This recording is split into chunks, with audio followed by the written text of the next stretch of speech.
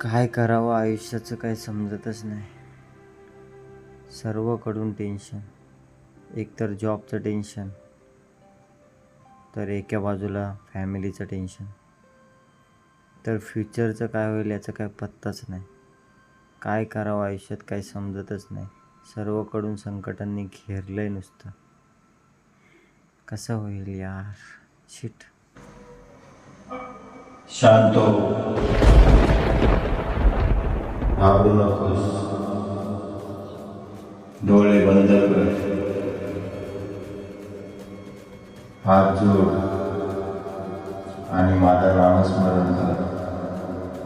मी येतोय लवकरच धरतीवरती तुम्हा सर्वांची संकट दूर करायला. घाबरू नकोस, मी येतोय परत एकदा.